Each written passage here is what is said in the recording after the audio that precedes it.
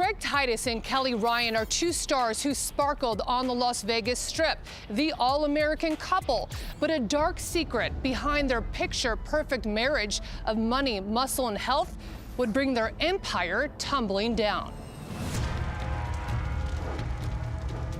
A fireball cracks the pitch-black night in the deserted desert just outside of Las Vegas.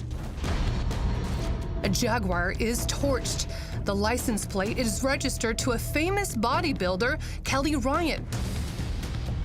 And there's a charred body in the trunk. It appeared as though, from the beginning, even with the body being severely damaged, that we were dealing with a female. So we expected it to be Kelly Ryan. Kelly Ryan is known to the fitness world as Flying Ryan, at one time holding the Miss Fitness America title. Her dazzling routines wowing crowds and landing endorsement deals around the world. Her routines were full of life. She could fly across the stage. She always had a big smile on her face. And she just had an aura about her that stood out. She was a star from the beginning, from the first time I ever saw her. Denise Dinger, also a professional bodybuilder and friend to Kelly, says she was the it girl. They spent countless hours in the gym building muscle and dreams of marketing Dinger's health bar company with Kelly's famous face. There were other competitors, but they didn't flip like Kelly did. She was just known to fly across the stage. Her magic on the mat also caught the eye of the famed bad boy of bodybuilding, Craig Titus. What was their reputation like as a couple? Power couple. They just had an aura about them both. She was beautiful. Kelly was absolutely beautiful, and her body was stunning. And Craig had an energy. Titus held his own catalog of titles, including Iron Man and Mr. Olympia. In order to be on 100 covers and to be in the Olympia, you should be getting some respect. Kelly the Animal, Ryan, Titus. As the couple's passion for each other grew, so did their careers, gracing several magazine covers and fitness exposés together. Go the legs from the front again. Let's see your ass. Let's go, get it up, push. From the outside, it looked like they were the perfect power couple. But behind the bleached white smiles, there were dark secrets that could affect their carefully sculpted reputations. Did those secrets all blow up in their faces that dark night in the middle of the desert?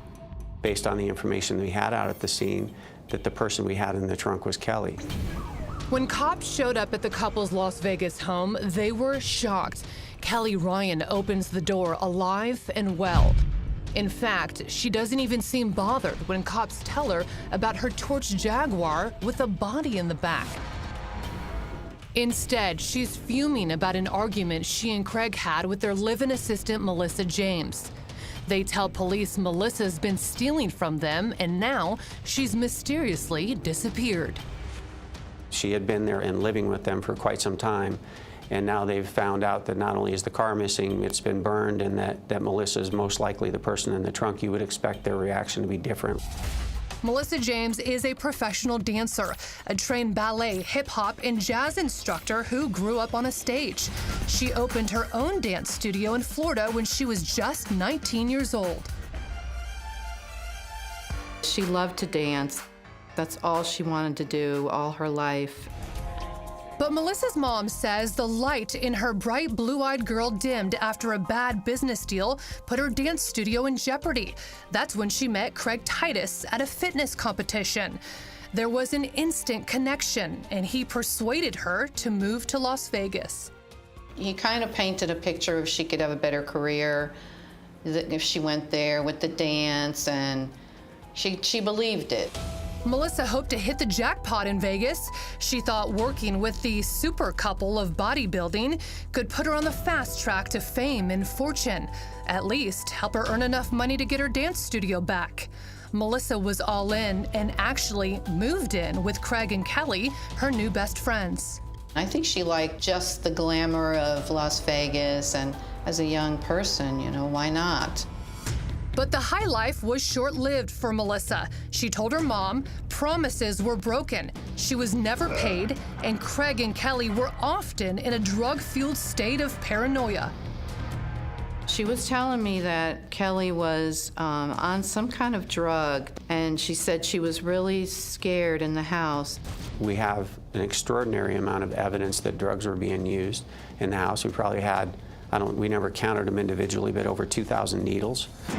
Life is good at the present time. Craig is a master manipulator.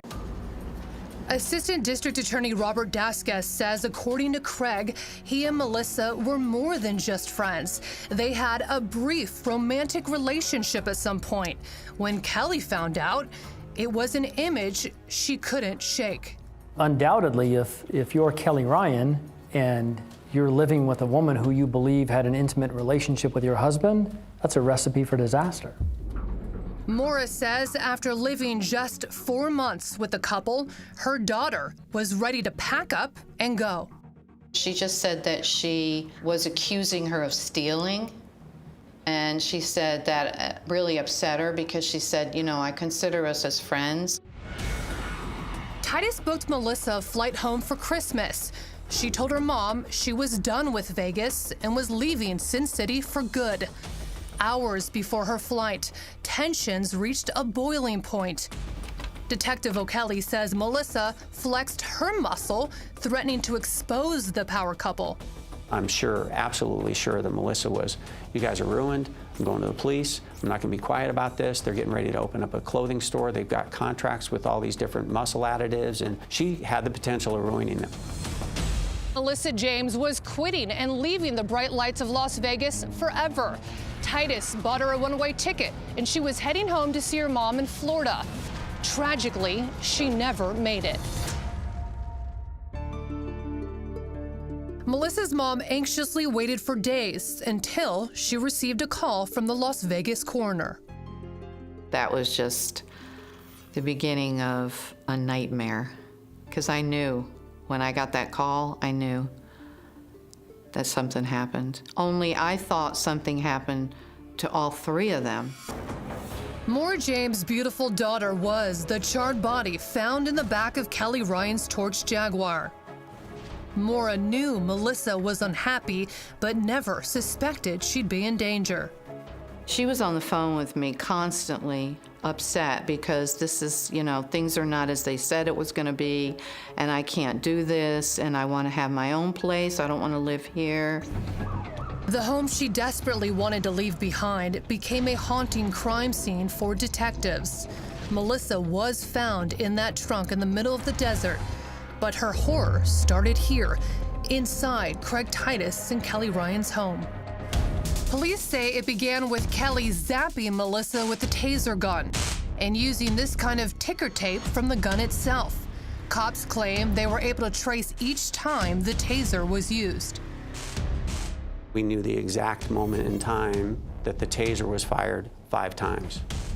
That time matched up with the time that Craig Titus was on his cell phone. So we believe that Craig Titus was in another room, not with Melissa and Kelly. O'Kelly says after enduring 50,000 volts of electricity, tiny Melissa had to fight off Titus, 242 pounds of pure muscle in a violent rage. There was a bathrobe tie that was around her neck. There was also speaker wire that was wrapped around her neck as well. At autopsy, there was evidence of strangulation possibly being involved. Even with the extensive burning, the medical examiner was able to say that. We also had from above her eyebrows to below her lower lip, her entire head was encircled with duct tape. The coroner's report also reveals a toxic level of morphine injected into Melissa's leg. Titus and Ryan tell cops they did not kill Melissa, claiming she injected herself, causing a fatal overdose. Assistant District Attorney Robert Dasquez says it's one of many lies the couple told, trying to create an alibi. That was version number 2 when Kelly and Craig claimed that Melissa died from an overdose in their car in their garage. And they thought their 2 friends would support that. But when they were interviewed, the friends by detectives, they said, we never saw any such thing. Instead, police claim those friends say a panicked Craig called them in the middle of the night, claiming they found Melissa dead. Craig then handed them a mysterious duffel bag. Eventually, they looked inside the duffel bag. They were curious, and there was a taser gun, a stun gun, and some other things. Police say Titus then called on another friend, this guy, Anthony Gross, to help him get rid of Melissa's body. I think like a lot of other people in this case, you know, Anthony was a little bit starstruck by Craig Titus. And Craig used that to his advantage to manipulate Anthony Gross, to convince him to follow him to the desert and then give him a ride back after he lit the car with Melissa's body in the trunk on fire. On this surveillance video, you can see Gross walking into a convenience store at 3:40 in the morning, just a few miles away from where the Jaguar was torched in the desert. At about the same time, not far away, this video inside a Walmart shows Kelly right here using her credit card to buy 7 bottles of lighter fluid. Outside, Craig pulls the Jaguar up front. He helps Kelly load the lighter fluid in the back seat because detectives say Melissa's body was already in the trunk. After the Jag was torched, O'Kelly says in their mad dash to escape, Anthony Gross left a key piece of evidence behind. It was a clean flashlight that was sitting here on the side of the road to the rear or to the north of where the Jaguar was located. That became significant later when we were able to find out that Anthony Gross was involved. Detectives checked his credit card and found Gross had just purchased the same make of flashlight. That was enough to haul Gross in for questioning. But when cops went back to Craig and Kelly, they were gone. We found that Craig had traded in his truck for a brand new Viper truck, so it didn't match the vehicle description that we knew he had. And then the two of them took off across country. They took money that they had in the house, secreted in little fake, canisters. A nationwide manhunt is launched. The FBI is called in, and then detectives get a tip and track the power couple to an area just outside of Boston. SWAT officers are seen on security video moving in and arresting Kelly in a beauty salon where she was getting her nails done. Craig was arrested a few blocks away. Their capture sent shockwaves through the bodybuilding community. Devastation. You don't even know the industry. I mean, it was like devastating. Everybody just could not believe what we were hearing. Whoa. Even behind bars, the muscle stars keep making headlines. While Craig Titus is in the Clark County Detention Center, someone tips off guards about a possible jailbreak. I don't understand what you want me to do. We'll talk to you when we get downstairs. This video from inside the jail shows guards aren't taking any chances with such a powerful prisoner, strapping Craig into a chair like Hannibal Lecter to transfer him to another pod. Even though Craig and Kelly are behind bars, their killing spree may not be over. Ron Brady always wanted to be a bodybuilder and idolized Craig Titus. Brady met his idol in jail and says he was easily lured in when Titus confided in him about the murder of Melissa James. The former man of muscle claiming he was innocent and he wanted Brady to help him prove it by silencing key witnesses. Did Craig Titus ever ask you for help with his case? He had asked me to help expose the wrongdoings of these people that were trying to testify against him, but never to try and have them harmed in any way. Ron Brady claims he was stunned. Here is Craig Titus, one of his heroes, now pleading for his help. I don't know where my mind was at that time. I just figured after Craig had told me the situation and he was crying, he was actually crying to me.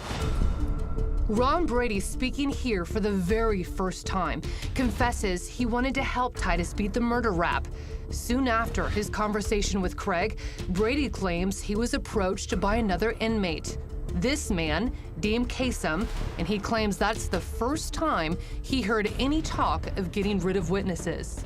He had introduced himself to me and told me that he had people out on the streets that would persuade these people not to testify with the promise of money on the back end after Titus was released from jail. That's not what Kasem tells us. Kasem told us that Ron had heard that Kasem had some contacts with people that were connected to the mob or organized crime, and that Ron Brady approached him. Dean Kasem was in jail charged with robbing a big-time poker player. He wasn't a U.S. citizen, so he stood the risk of being deported. What Ron Brady didn't know is he's a longtime informant who was working for the cops. Kasem had a lot to gain by being a snitch. A lighter sentence, maybe even his freedom. Brady was released from the detention center after charges against him were dropped. Kasem kept calling from jail to make sure he was still working on a hit to wipe out witnesses. This is some of the audio being broadcast for the very first time. No evidence. Yeah, if you don't have the actual people saying they saw anything anymore, then more than likely they'll probably get tossed out, or at least they get a lower bail. Dean Kasem told me that what we were planning on doing was he was going to have individuals approach these people and relocate them. Police say Craig Titus was desperate to get him and Kelly out of jail. Mr. Muscle thought he had his players in place. Ron Brady is supposed to line up a hitman to silence 3 of the prosecution's key witnesses. Those 3, Anthony Gross, who helped torch the Jag, and Craig's 2 friends whom he left holding the duffel bag. What Titus didn't know is Dean Kasem is secretly working with police to foil the murderous plot. Cops say this is jailhouse audio putting the plan to kill in motion. There's a chance that 1, 2, and 3 could be together at the same time. Yeah, most all the time. So I didn't know they knew each other like that, but that'll make a difference. That actually makes it easier. Ron Brady wanted this push forward. On multiple occasions, he was given an opportunity to back out of it and walk away from it. He did, as a matter of fact, didn't do that. He added people to the list of people that they wanted killed.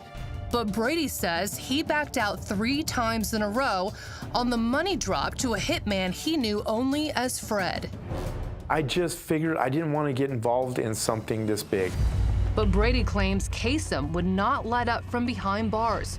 He says these audio recordings show Kasem threatened him, "You'll finish the job, or else." Why are you avoiding my calls, man? I'm here. I'm waiting. Well, you're just asking for Craig like that, man. I'm not avoiding you.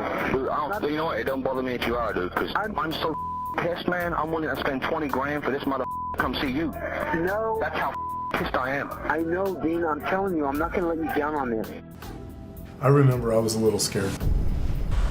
Even though the word murder was never used, the hundreds of audio recordings filed were enough to arrest Brady. My words, I mean, it came out different, but it was never to murder people. It was for them to go in, grab them, and relocate them. Brady was now facing murder for hire charges. As part of an elaborate sting to nail Ron Brady, police go back to one of those key witnesses in Melissa's murder, Anthony Gross. Cops get Gross to pose for these gruesome pictures and fake his death. Then police confront Brady. At the time we took Ron Brady in custody, we believed that he thought that the murder for hire had taken place. One of the detectives slams this big book down in front of me, opens it up and shows me pictures of somebody that had blood all over them and tied up. And I looked at him and I said, I don't know, what's this? And they were really perplexed. You know, they were like, you just had him killed. I said, what's going on here? I thought it was a joke. Brady was locked up and Gross was sent out of state to hide until the trials started. Once behind bars, Ron Brady's father got this call from Craig Titus himself. He's got to be careful because they will send all kinds of people to say really stupid things to him. Yep. In this place. It's what they do. He didn't do anything to begin with, so... Exactly. I don't know how they're going to trick him into saying he did something. Well, it's not so much tricking as it is lying. Yeah. That's why I don't associate with anybody. I kind of keep to myself. Ron Brady was offered a plea deal, but he turned it down. It would have made it look like I was doing something wrong, and I took a deal so I could get out of trouble. He risked it all, and he lost. Brady was convicted on 3 counts of soliciting murder for hire and spent the last 8 years in prison. He was released just a few months ago. Do you think at any point Titus lied or manipulated you? I do, absolutely. Cameras are not allowed in Lovelock Prison, where Craig Titus is locked up just outside of Reno, Nevada. But bars can't block his words in the 2 letters Titus sent to me. Craig claims he got a long prison sentence for second-degree murder because of his fame, writing he was a world-famous steroid-using professional bodybuilder. He denies having anything to do with the murder and goes on to reveal for the first time, "I wasn't even present when Melissa died in my home. The women were together after the fight. I was gone." His mother says it's the truth, and they claim to have the proof from a private investigator to back it up. They had gotten into it, Kelly and Melissa. Craig has a new attorney and is trying to appeal his conviction. Speaking for the first time and on her son's behalf, his mother, Sandra Hirschman, details what Craig told her happened the night of Melissa's murder. Starting from the knockdown, drag-out fight at Craig and Kelly's home, hours before Melissa was to board a flight home to Florida to see her mom. She was tasered by Melissa. There's evidence that Melissa was tasered 5 times. There's no evidence of that. It's a damn dirty lie. Craig's mom says her son thought his wife had been killed by Melissa. Kelly was like she was dead on the floor after she was tasered, and Craig sobbed like a baby trying to revive her. And that's when it slammed Melissa. However, this report, along with Melissa's autopsy, show how many times the taser was used. She says Craig told her both ladies were roughed up, but alive when her son walked out to get away from the fighting. He left the house, and when he came back, she was dead with a needle hanging from her thigh. Craig's mom says Kelly was the one who injected Melissa with the fatal dose of morphine. Craig and Kelly then tried to cover it up, throwing Melissa's body in the back of Kelly's Jaguar and torching the car in the desert.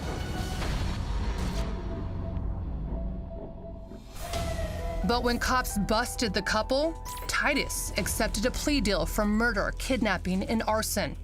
In his letter to me, Craig writes, "I signed a deal I never should have signed." I raised my kids too proper, I guess. I raised him too proper. I said, you know what? You promised your grandfather you would not take the rap for her, and you did it anyway, Craig. Why?